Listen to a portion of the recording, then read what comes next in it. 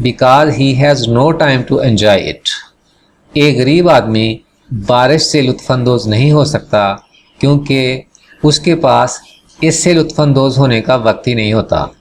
If he has time, اگر اس کے پاس وقت ہو, he has no home to sit in, تو اس کے پاس گھر ہی نہیں ہوتا کہ اس میں وہ بیٹھ سکے, and enjoy the scene of rain, اور بارش کے منظر سے لطف اندوز ہو سکے.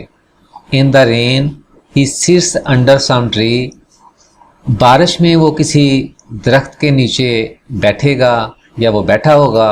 becomes wet, گیلا ہو جائے گا یا گیلا ہو جاتا ہے. and shivers with cold, اور ظاہر ہے بھیگ کر پھر وہ سردی سے کانپتا ہے.